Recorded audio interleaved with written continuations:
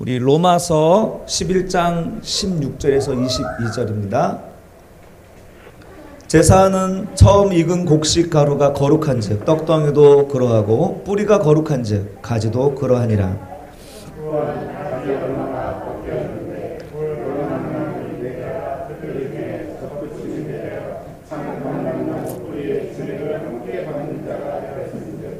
그 가지들을 향하여 자랑하지 말라. 자랑할지라도 내가 뿌리를 보존하는 것이 아니요 뿌리가 너를 보존하는 것이니라.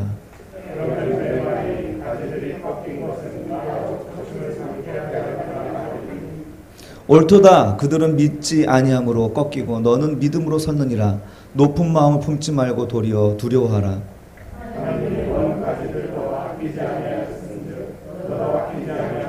같이 읽겠습니다. 그러므로 하나님의 인자하심과 준엄하심을 보라.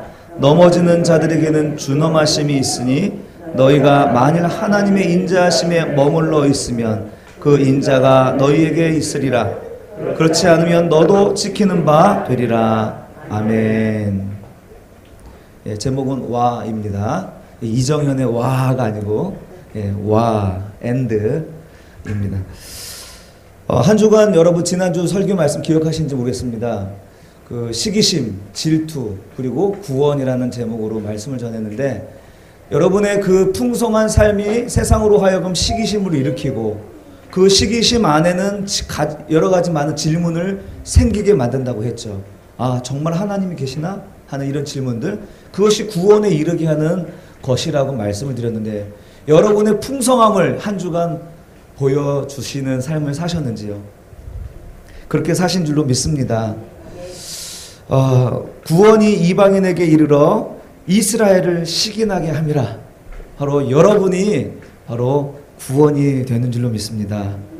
우리가 이처럼 복음으로 인하여 풍성한 삶을 살 때 세상은 때때로 나를 뚫고 나오시는 예수 그리스도를 직면하게 될 것이고 그러면 그들은 정직한 질문을 던지게 될 것입니다. 그리고 주님은 구원에 그들을 이끌어 주시는 것이죠.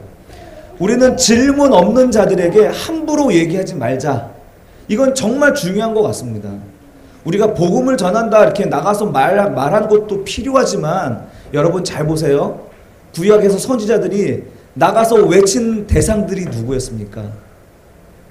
이스라엘 백성들과 종교 지도자들을 향한 메시지 아니었나요? 물론 백성들을 향하여서도 외쳤지만 우리는 질문이 없는 자들에게 함부로 말하면 안 됩니다. 대신 질문을 일으키는 그런 풍성한 삶, 이건 매우 중요하기 때문에 자꾸 반복하는 것 같습니다. 여러분이 그렇게 복된 삶을 사실 때 하나님께서는 그들에게 질문을 일으키시고 그 질문을 통해서 복음이 흘러갈 것입니다. 제가 지난 교회에서 청년회 사역하면서 가장 힘들었던 것이 청년들이 질문을 안 해요. 뭐 질문을 해야 내가 공부해서라도 가르쳐 줄 텐데 질문을 안 해요. 요즘에는 그 고민이 해결이 되어서 풍성한 기쁨을 누리고 있습니다. 그래서 너무 행복해요. 질문이 있다는 것은 이게 하나님의 메시지가 들어가는 채널이 되기 때문에 굉장히 중요해요. 그래서 여러분이 바로 복음의 통로가 되실 것입니다. 여러분의 풍성한 삶을 사십시오. 전도하지 마시고 풍성한 삶 자체가 전도고 그거 자체가 빛이십니다. 등경 위에 그 빛을 걸어 놓기만 하면 되잖아요. 그 빛은 퍼지는 거니까. 야 빛이야 퍼져나가라 그러지 않잖아요. 여러분 이 사실은 우리로 하여금 충분히 자랑할 만한 일이죠. 우리가 받은 구원이란 이것이 세상을 향하여 자랑할 만한 거리가 됩니다. 우리가 하나님의 이 구원을 바로 깨달으면 바로 이런 충만한 은혜가 있어요. 자랑하고 싶은, 입이 근질근질해서 말하고 싶은 이런 마음이 생기기 마련입니다. 그런데 오늘 본문에서는요, 이 이방인들을 향해서, 이 복음을 경험했던 이방인들을 향해서 뭐라고 얘기하냐면 자랑하지 말라라고 얘기해요. 이상하죠? 자랑하지 말라. 그런데 이것이 막 예수님을 자랑하고 이런 의미가 아니라 내가 구원받았다 하는 것, 이것 때문에 사람들 앞에서 교만하지 말라는 의미예요. 우리 17절 한번 보실까요? 17절 또한 가지가 얼마 꺾이었는데 돌감람나무인 네가 그들 중에 접붙임이 되어 참감람나무의 뿌리 옆 진액을 함께 받는 자가 되었은즉. 자, 지금 너희는 뭐라는 거예요? 너희는 접붙여졌을 뿐이에요. 너희의 본래 존재는 돌감나무라는 거였죠. 접붙여졌을 뿐이고 지금 너희가 맺고 있는 열매는 너희 것이 아니라 뿌리 진액에서부터 나온 거니까 너희 것이 아니니까 너희는 자랑하지 말라라고 얘기하는 거예요. 이게 자랑하지 말라는 것이 왜 교만인지 20절에 다시 설명을 해요. 20절 옳도다 그들이 믿지 아니함으로 꺾이고 너는 믿음으로 섰느니라. 그러니까 높은 마음을 품지 말라. 도리어 두려워하라. 예. 이 자랑하지 말라는 것은 교만하다는 말이 여기서 이제 20절에서 다시 재해석해주고 있는 거죠. 높은 마음을 품지 말라는 거예요. 너희가 구원받았다는 그 사실, 그래 그건 사실이지만 그것 때문에 너희가 높은 마음을 품지 말고 도리어 하나님을 두려워하라 이렇게 얘기하고 있는 것입니다. 지난주에도 말씀드렸던 것 같은데 사도는 이렇게 이방인들에게 말하는 이유는 유대인들이 이방인들을 향하여서 하던 그 태도가 그대로 이방인 가운데서 나타나는 거예요. 복음을 전하는데 유대인들은 들어오질 않는 것이죠. 그래서 저 사람들은 버림받았구나. 저 사람들은 그저 그냥 꺾여져서 우리가 접붙여주기 위해서 존재하는 존재들이구나. 존재하는 자들이구나 라고 생각을 했던 거예요. 19절에서 그 말을 합니다. 19절 한번 볼까요? 그러면 네 말이 너희들이 하는 말이 가지들이 꺾인 것은 나 이방인으로 접붙임을 받게 하려 함이라 이렇게 말한다는 거죠. 무슨 말입니까? 이방인들을 하나님께서 이 원래 참 감람나무에 접붙여주기 위해서 원 감람나무는 엑스트라로 쓰였다 이 말이에요. 너희는 이 무대의 엑스트라로 존재하고 우리가 바로 접붙여지기 위해서 너희가 꺾인 거야 라고 생각한단 말이죠. 그렇습니까? 그럴 수 없는 것이죠. 정확히 유대인들이 이방인들을 향하여서 개라고 얘기했던 그와 비슷한 행위가 정확하게 이방인들 가운데서 나타나는 거예요. 너희들은 그저 꺾이기 위해서 존재하는 자들이야 라고 말하는 거죠. 이에 대하여서 20절 아까 다시 보면 사도 바울이 이렇게 얘기하죠. 옳도다. 그래 맞아. 그들은 믿지 아니함으로 꺾이고 너는 믿음으로 섰어. 그런데 그 사실이 너희에게 두려움이 되어야 돼 라고 말하는 거예요.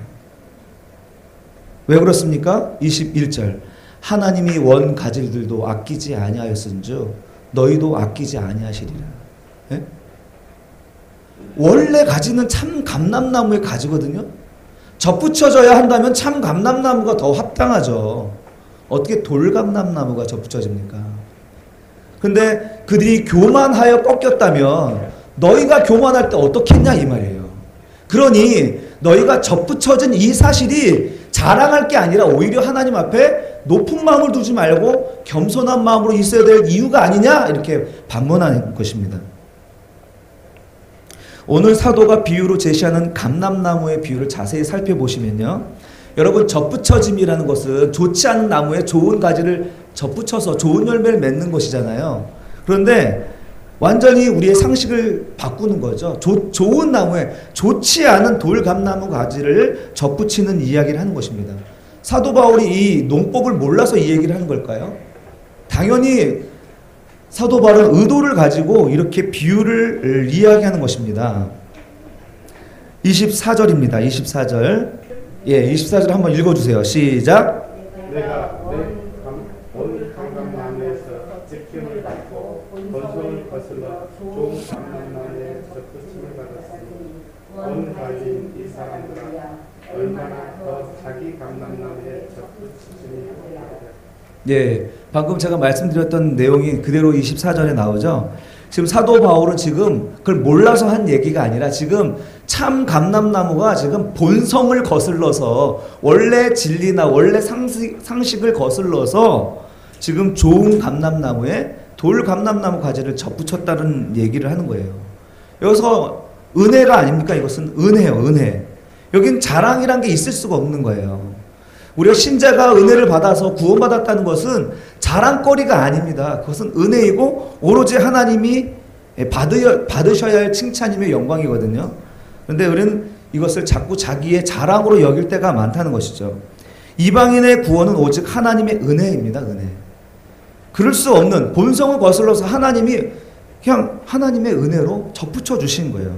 그러니 너희의 취할 태도는 뭡니까? 감사함, 그리고 겸손함, 그리고 하나님을 향한 두려움, 그 경외심을 가져야 된다는 것입니다. 우리도 우리뿐만이 아니라 기독교 역사 속에서 이러한 잘못들은 계속 반복되어 나타났습니다. 우리가 구원받은 것이 오직 하나님의 은혜라는 사실을 망각하면 자신을 자꾸 드러내게 되고 자랑하게 되고 자고하게 되더라는 것이죠. 그러면서 내가 구원받은 것이 무슨 어떤 조건을 갖춰서 구원을 받은 것처럼 생각하면서 다른 사람들한테 구원을 이야기할 때는 온갖 조건들을 갖다 붙이는 거예요. 온갖 조건들을 갖다 붙이면서 종교생활 잘 해야지만이 구원을 받는 것처럼 이야기를 해요. 물론 신앙생활은 중요합니다. 그러나 그것이 우리의 조건이 되지는 않거든요. 근데 그것을 통하여서 반사이익을 누리는 것이 아니겠습니까?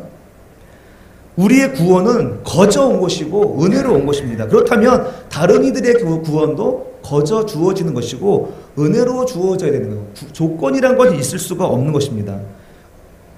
그래서 어떤 경우에는 이런 자기들이 마련한 기준에 의해서 편을 갈라버리고 그리고 어떤 경우에는 사람을 단념해버리는 그런 잘못들을 범하죠. 은혜로 구원받은 사람들, 자기가 무슨 조건을 대시해서 저 사람은 구원받을 사람이고 구원받지 않은 사람이라고 이렇게 나눠야 된 이유가 어디 있습니까? 그것이야말로 저는 명백히 성령을 회방하는 죄가 아닌가 싶습니다. 하나님의 구원은 그 사람에게 있는데 내가 단념해버리고 저 사람은 구원받지 않을 사람이라고 내가 포기해버린다면 그것이야말로 성령을 회방하는 것이 아닐까요? 우리는 하나님의 말씀을 읽을 때 죄인의 입장에서 읽어야 됩니다. 내가 하나님 말씀 읽을 때 구원받은 어떤 죄인, 구원받은 어떤 병든 자, 내가 그렇게 비유되어서 읽을 수도 있겠지만 그것을 믿지 못하는 유대인이 나였다라고 읽을 필요도 있는 거예요. 우리 속에는 두 마음이 항상 존재합니다. 병들고 정말 힘들고 연약한 그런 모습에 예수님을 구하는 모습도 있지만 여전히 복음에 대하여서 유대인들처럼 완강하게 거부하는 우리들의 마음이 존재하기 때문에 말씀을 읽을 때 우리는 항상 죄인의 입장에서 이 성경 말씀을 읽어야 되는 거예요. 내가 유대인이었습니다. 내가 탕자였습니다. 내가 예수를 십자가에 못 박은 자입니다. 라는 그런 마음으로 읽을 때 우리가 이 은혜에서 떨어지지 않지 않겠습니까? 예수께서 공생애 내내 사람의 어떤 그 자기의, 자기 행위를 자랑하는 사람들과 치열하게 싸웠는데 오늘날 우리는 은혜를 받았다라고 하는 사람들이 다시 하나님의 뜻을 저버리고 자기 의와 자기 행위를 자랑하는 자리로 나가는 것입니다. 오늘날 온라인상에서 떠드는 이 내용들을 하나하나 보면요. 한국교회가 얼마나 자기 의로 똘똘 뭉쳤는지 페이지 하나만 열면 막 쏟아져 나옵니다. 여러분 그 내용들을 보면요. 그 사람들 가만 보면 그리스도의 승리를 믿지 않는 것 같아요. 예수가 우리를 승리하시고 나를 이기시고 구원에 이르게 하셨다는 사실을 믿지 않는 것 같습니다. 그들은 그리스도가 승리하였다는 것을 믿지 못하니까 온갖 두려움 때문에 방어를 구축하고 상대방을 비방하고 거짓처럼 막 자기 편들을 움켜쥐고 이렇게 하는 것을 봅니다. 여러분 이 시대의 가장 큰 위기는 이 복음을 저버린 데 있습니다. 이 시대의 교회가 가장 큰 위기는 이 복음을 저버린 데 있는 것입니다. 그리스도의 승리를 잃어버린 데 있습니다. 그래서 그 승리의 어떤 그 승리 가운데에서 풍성한 삶을 사는 것이 아니라 자기가 승리를 믿지 못하니 두려움 속에서 하나님의 은혜 없이 자기의 힘으로 살려고 하는 것이죠. 우리는 좌파도 우파도 이 세상 세계를 구축할 수가 없습니다. 그런 그것은 환상에 불과합니다. 그저 우리가 할 수 있다, 사람이 할 수 있다 라고 말하는 그 무엇도 좌파 입장에서 기독교를 보는 것도 우파 입장에서 기독교를 보는 것도 그것은 기독교가 아닙니다. 그것으로 세상이 유토피아가 되는 게 아니거든요. 오늘 사도 바울은 우리가 죄인이고 자격이 없는 돌감람나무 가지였지만 하나님의 은혜로 접붙여진 사실을 잊지 말라는 것입니다. 그것은 너희가 자랑거리가 아니라 원 가지도 꺾였어. 그 교만 때문에. 그렇다면 너희는 하나님 높은 마음 품지 말고 오히려 하나님을 두려워하는 마음, 경외심으로 하나님을 섬겨야 된다라고 얘기하는 것입니다. 그러니 그런 사람이 어디서 자랑합니까? 그 사람이 누구를 정죄합니까? 정죄할 수 없죠. 오늘 본문을 읽으실 때 주의할 것은요, 우리의 믿음이 구원을 결정하는 것처럼 들리시죠? 22절, 23절 보시면 끝에 그렇지 않으면 너도 지키는 바 되리라. 또 23절 앞에 그들도 믿지 아니하는데 머무르지 아니하면, 이렇게 조건들이 나타나는데, 믿음이 결정하는, 즉 우리의 행위가 결정하는 듯하는 그런 발언들을 하죠. 그러나 이것은 믿음이 결정하는 게 아니고요, 유대인들이 유대인들이 범했던 실수를 너희는 하지 말라, 이렇게 경고로 주어진 것입니다. 또 이 이야기의 전제가 분명히 11장 앞절에 있습니다. 11장 1절 5절 보시면요, 11장 2절, 하나님이 그 미리 하신 자기 백성을 버리지 아니하셨나니, 너희가 성경을 엘리야를 가리켜요. 하나님이 미리 아신 자들을 버리지 아니하였다라는 전제로 시작하고 있죠. 5절에서도 마찬가지고요. 그런즉 이와 같이 지금도 은혜로 택하심을 따라 남은 자가 있다. 지금 이 전제를 가지고 11장을 전개하고 나가고 있는 거예요. 그러니까 우리의 믿음과 우리의 행위가 이 구원을 결정짓는 것이 아니라 지금 유대인들이 행했던 실수 너희 범하지 말라라고 경고하는 것입니다. 엄히 경고하는 것이죠. 우리가 자녀들을 우리가 훈계할 때도 너 그러면 너 진짜 호적에서 파버린다. 파버린다는 얘기가 아니죠. 파버릴 수 없죠.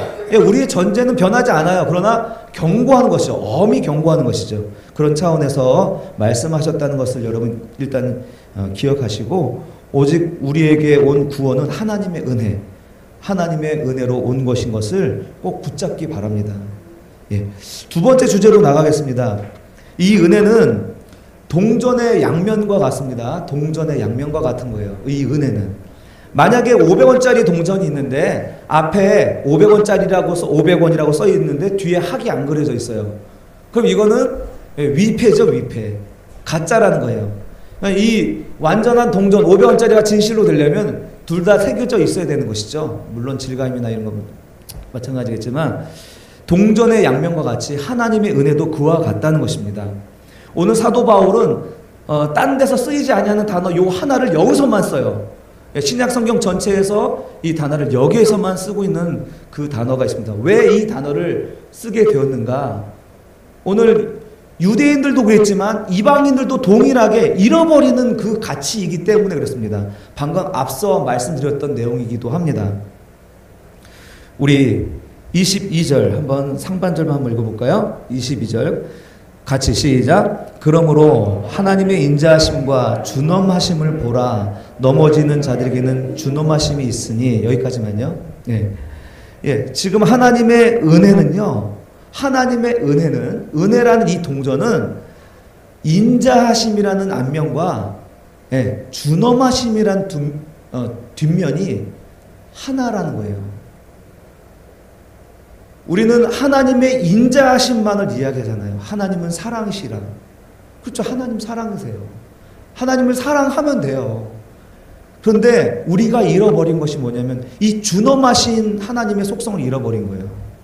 너희가 이런 교만한 자리에서 우리가 자꾸 빠지지 않고 정말 우리의 은혜의 자리에 머무를 수 있는 유일한 길은 뭐냐면 하나님을 바라보라는 거예요. 22절에 하나님을 바라보라는데 어떤 하나님이요? 인자하심과 준엄하심의 하나님을 바라보라는 거예요. 이 준엄하심이라는 단어는 여기서만 쓰여요. 여기서만 두 번 쓰이는 단어예요. 그러니까 잘 잃어버리는 단어죠. 구약에서는 공의라고 말할 수 있겠습니다. 하나님의 공의.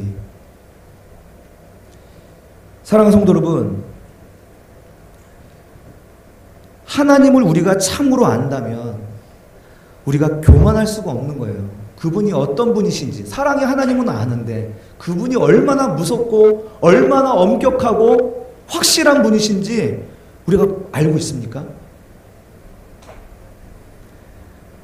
그런데도 나를 자랑하고 그런데도 마음을 높이면 그 사람은 하나님을 모르는 사람입니다. 하나님을 두려워하지 않는 그 사람은 하나님을 모르는 거예요. 사랑하는 성도 여러분, 하나님은 여러분에게 어떤 분이십니까? 사도는 하나님의 어떤 면을 보라고 하는 것입니까? 하나님의 인자하심과 준엄하심을 함께 보라는 것입니다. 하나님의 인자하심과 준엄함, 옛날 개혁성경에 인자와 준엄이라고 이야기하는데 우리에게 그 두 가지 양면을 통하여서 은혜로 주어졌고 은혜가 완성되었음을 이야기하는 것입니다. 사랑하는 성도 여러분, 하나님은 사랑하십니다. 그러나 동시에 하나님은 공의의 하나님, 엄격하신 하나님이라는 것입니다. 오늘 이 인자와 준엄, 이것을 연결하는 와, and 이거에 대하여 여러분 우리는 깊은 고민을 해야 됩니다. 우리는 이 엄격하신 하나님을 잃어버린 것은 아닐까요? 하나님이 우리를 구원하신 놀라운 은혜는 인자와 준엄하심을 통해서 이루어졌습니다. 오늘 우리는 하나님의 준엄하심을 잊어버렸습니다. 하나님을 두려워함이 없습니다. 그러니 그렇게 막 떠들어대죠. 사랑하는 성도 여러분, 우리는 하나님의 준엄하심에 대하여 얼마나 알고 있습니까? 신약의 하나님의 태도가 바뀐 것인가요? 신약의 하나님은 사랑의 하나님이시고 구약의 하나님은 엄격하신 하나님입니까? 아니요. 하나님의 사랑, 하나님의 은혜는 언제나 이와 같이 동전의 양면과 같기 때문에 구약에서도 또 신약에서도 하나님은 어제나 오늘이나 동일하신 분입니다. 준엄하신, 말 그대로 하나님의 진노입니다. 하나님의 심판입니다. 죽이시는, 죄를 못 견뎌 하시는, 어둠을 요만큼도 용납하지 못하시는 하나님의 성품이란 것이죠. 여러분, 이 은혜가 진짜 사랑이란 거 여러분 아시죠? 여러분들도 그렇게 사랑하고 계세요. 여러분도 자식을 사랑할 때 자식의 잘못에 대하여 여러분 어떻게 행동을 취하십니까? 여러분이 자식이 잘못하고 있는데 그 자식의 잘못에 대하여 여러분은 어떻게 행동하십니까? 그냥 내버려 두십니까? 오냐 하십니까? 엄하게 꾸짖잖아요. 여러분, 엄하게 꾸짖지 아니하는 부모는 자식을 사랑하는 거 아닙니다. 그 잘못을 그저 내버려 두고 방치하는 거 자녀 사랑하는 거 아닙니다. 엄하게 이야기하고 때로는 회초리를 들어서 잘못을 지적하고 하지 못하도록 해야 되는 게 그게 사랑 아닌가요, 여러분? 예전에 저희 어머니께서 제게 들려주신 이야기, 우리 어머니가 그런 이야기 참 재밌게 잘 하시는데 저는 재밌게 잘 못해요. 어머니가 아들을 너무 사랑했답니다. 늦은 나이에 난 자식이라서 너무 사랑했답니다. 그래서 아이를 오냐 키웠대요. 그래서 나가서 장난쳐도 오냐 잘했다, 싸움질하고 돌아와도 오냐 잘했다, 지진 않았냐, 다치진 않았냐, 도둑질을 해갖고 와도 남의 거 훔쳐도 오냐 잘했다, 아이고 이거 나 주려고 갖고 왔어. 그런데 이 자식이 어떻게 자랐겠습니까? 그러다가 나중에 큰 싸움에 휘말려가지고 결국은 자기가 사람을 죽여요. 그래서 잡혀서 사형수가 됩니다. 그래서 어느 날 어머니가 이제 면회를 가서, 그때는 이제 옛날 얘기니까 창살로 되어 있죠. 판이 아니라 창살 너머로 아들이 엄마에게 아주 무거운 표정으로, 어머니 제가 할 말이 있어요. 잠깐 귀 좀 주세요. 귀에다가 이제 이야기하는 척하면서 어머니 귀를 뜯어버렸답니다. 귀를 뜯어버리면서 엄마는 왜 내가 싸움질할 때 왜 혼내지 않았습니까? 엄마는 왜 내가 도둑질 해올 때 왜 꾸짖지 않았습니까? 라고 하면서 울면서 들어갔다는 이야기를 했습니다. 여러분, 하나님의 엄격하심, 하나님의 이 준엄하심은요, 하나님의 사랑의 또 다른 한 면이에요. 어쩌면 더 애절한 사랑이라는 것이죠. 애절한 사랑. 제발 그 길로 가면 안 돼. 그 길로 가면 너 죽어! 라고 하는 하나님의 애절한 사랑이 그 준엄하심에 담겨 있는 것이죠. 오늘날 그 사랑을 우리 잃어버렸어요. 하나님은 사랑의 하나님이어만 해요. 오늘 인자한 하나님이어만 하는 거예요. 그래서 그 죄에 대해서 지적하고 그 잘못에 대해서 하나님이 책망하시면 듣기 싫어하는 거예요. 하나님의 은혜도 마찬가지죠. 하나님의 인자심과 준엄하심은 하나님의 사랑을 완성하는 것입니다. 하나님의 준엄하심이 없으면 그건 사랑이 아닌 거예요. 왜 그렇게 하셨을까요? 하나님은 그 누구에게도 판단받으실 분이 아니지만 스스로 공의로우신 분이기 때문에 그 누구에게도 편파적이다라는 비난을 받지 않기 위해서 하나님의 사랑을 어떻게 이루셨습니까? 하나님이 우리를 어떻게 사랑하셨습니까? 그냥 난 너 사랑해 다 용서해 이렇게 끝났습니까? 하나님은 그 준엄하심을 당신의 아들에게 쏟아 부으셨어요. 아주 잔인하게 죽이셨어요. 우리에게 쏟아 부어야 할 저주를 십자가에서 쏟아 부으신 거예요.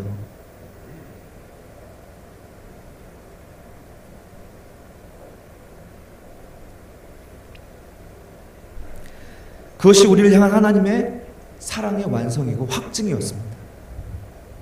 여러분, 이 두려운 하나님 여러분 안에 회복될 때 여러분 삶이 바꿔질 것입니다. 하나님은 정말 두려우세요. 그래서 십계명에서 하나님 사랑을 먼저 얘기하잖아요. 하나님 사랑이 십계명의 전반부를 차지하고 있는데 그 내용이 뭡니까? 나 외에 다른 신을 섬기지 마. 여러분, 그게 사랑이에요? 여러분 생각하는, 상식적으로 생각하는 사랑입니까? 내 입을 망령되이 일컫지 마. 그러니까 우리가 생각하는 사랑이랑 다르다니까요, 여러분. 우리 역시도 마찬가지예요. 우리가 하나님을 사랑한다는 것은 하나님을 사랑하는 것이죠, 그야말로. 그러나 그 두려우신 하나님을 두려워하는 거예요. 마땅히 두려워하는 거예요. 두려워하지 않는 사람은 내 자식이 아니에요. 하나님을 사랑하는 사람은요, 하나님의 사랑을 누리면서 그 하나님을 경외하고 두려워하는 것입니다. 그래서 하나님 사랑은요, 두려워함이 표징인 것입니다. 내가 하나님을 적극적이고 능동적으로 사랑하는 것도 하나님을 사랑하는 신자의 표징이지만 또 반대편에서 하나님을 사랑하는 사람은 하나님을 진실로 두려워한다는 것입니다. 그것이 구원받은 자의 표징인 것이죠. 예레미야 32장 40절 한번 같이 읽어볼까요? 시작. 내가 그들에게 복을 주기 위하여 그들을 떠나지 아니하리라 하는 영원한 언약을 그들에게 세우고 나를 경외함을 그들의 마음에 두어 나를 떠나지 않게 하고. 여러분, 하나님을 떠나지 않는 길은요, 하나님을 떠나지 않는 것은 하나님을 두려워하는 거예요. 여러분, 천국 왜 가고 싶으세요? 하나님 여러분 왜 믿으세요? 옛날에는 천국 가려고요. 성경적이지 않아요. 지옥 가기 싫어요. 이거 성경적인 것입니다. 두려워하는 마음은요, 믿지 않는 사람들은 두려워하지 않아요. 네? 믿지 않는 사람 두려워하지 않아요. 그러나 믿는 사람은요, 두려워합니다. 지옥의 존재를 믿기 때문에, 지옥을 있게 하신 하나님의 존재를 알기 때문에. 그래서요, 천국 가고 싶어서 예수 믿어요? 아니요. 지옥 가기 싫어서 예수 믿어요. 이게 더 성경적이에요. 두려워하는 마음을 하나님께서 심으셨습니다. 하나님은 진짜 자기 백성에게 두려워하는 마음을 심어서 하나님을 두려워하게 하고 경외심을 갖게 합니다. 그것이 신자의 표징이라는 거예요. 왜 기독교를 나타내는 3대 표징 가운데에서 권징이 들어가는 줄 아십니까? 세상 사람들은 권징을 우습게 생각해요. 그게 뭐라고? 니들끼리나 하라고 이렇게 반응하기 마련이거든요. 그러나 이 권징을 통하여서 하나님의 백성들은 그 말씀 앞에 두려워하고 납작 엎드려 회개한다는 것입니다. 하나님을 두려워하지 않은 자들은 권징을 받아들이지 않습니다. 그들은 항상 자만하고 항상 행복합니다. 아무도 그들을 불안하게 할 수가 없습니다. 어떤 말을 해도 두려워하지 않습니다. 그러나 성경의 경고의 말씀, 진리의 말씀이 선포되면 그 말씀 때문에 고민되는 거예요. 이게 무슨 의미지? 이게 왜 그러지? 그 말씀 때문에 걱정이 되는 거예요. 이게 사실이면 어떡하지? 이 말씀 때문에 두려움을 느끼는 거예요. 내가 성령을 회방한 거 아니야? 여러분, 단호히 이야기하지만 이런 근심과 걱정을 가지고 있는, 하나님 말씀 앞에 이 근심과 걱정을 갖고 있는 사람들은 하나님의 백성인 줄로 믿습니다. 두려움을 절대 갖지 않아요, 믿지 않는 사람들은.